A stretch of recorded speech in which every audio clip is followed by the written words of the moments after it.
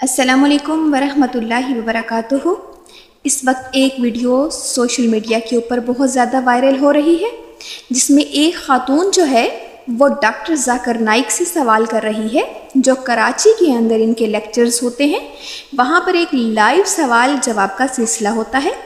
वहाँ पर ख़ातून ने डॉक्टर जाकिर नाइक से सवाल ये पूछा है कि मैं जिस इलाके से ताल्लुक़ रखती हूँ, मेरा जो माशरा है वो बहुत ज़्यादा रिलीजन है, बहुत ज़्यादा दीन को फॉलो करता है, बहुत ज़्यादा दीनदार है। वहाँ के लोग इबादत गुजार हैं, बहुत नमाज वगैरह मतलब रोज़े और नमाज वगैरह पढ़ते हैं। वहाँ पर ख़वातीन बग़ैर ज़रूरत के घर से बाहर नहीं निकलती और बहुत ज़्यादा वहाँ के लोग जो है वो इबादत गुजार हैं, दीनदार हैं। लेकिन वहाँ पर बदकारी और ज़िनाकारी बच्चों के साथ बहुत ज़्यादा है। तो इस पर डॉक्टर जाकिर नाइक ने कहा कि ये बहन, आपका सवाल लॉजिकली दुरुस्त नहीं है, ये आपका सवाल ही गलत है, यानी आपके सवाल में तकरार है। आपका सवाल का पहला हिस्सा यानी वहाँ के लोग इबादत गुजार हैं, ये गलत है, या फिर आपके सवाल का दूसरा हिस्सा कि वो बच्चों के साथ ज़िनाकारी बदकारी करते हैं, या ये गलत है। आपका सवाल में तकरार है, आप अपना सवाल दुरुस्त करें। इस पर जो है वो लिबरल किस्म के बहुत से लोग जो हैं वो बातें बना रहे हैं। हालांकि इस खातून की जो हकीकत है, इसकी जो आईडी है, आप बेशक देख लें, आप जाकर देखें कि इसका कैसा माइंडसेट है। ये उल्मा के बारे में और दीन के बारे में क्या कुछ बयान करती है, क्या कुछ लिखती है। मैं कुछ स्क्रीनशॉट लगा रही हूँ, वो अपनी स्क्रीन पर आप देख सकते हैं।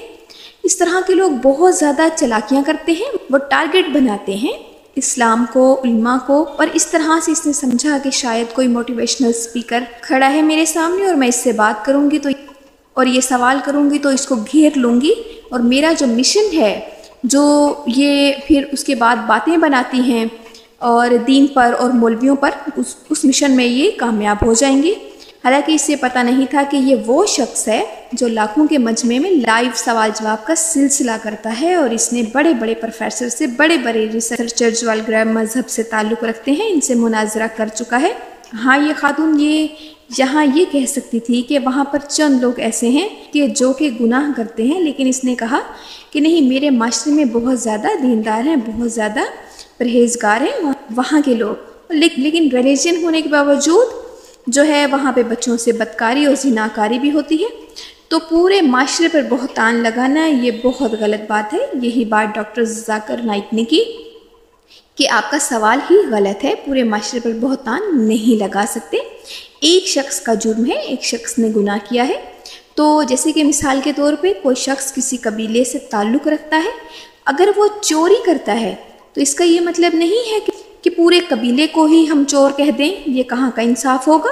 तो ना पूरे कबीले को गलत कहा जा सकता है, ना चोर कहा जा सकता है। जिस शख्स ने जुर्म किया है, जिस शख्स ने चोरी की है, सिर्फ उसी की ही बात की जा सकती है, क्योंकि इसकी सज़ा व जज़ा इसके साथ। और आप किस वजह से पूरे माशरे पर बहतान लगा सकते हैं? पूरे माशरे पर बहतान लगाना ये बहुत गलत है।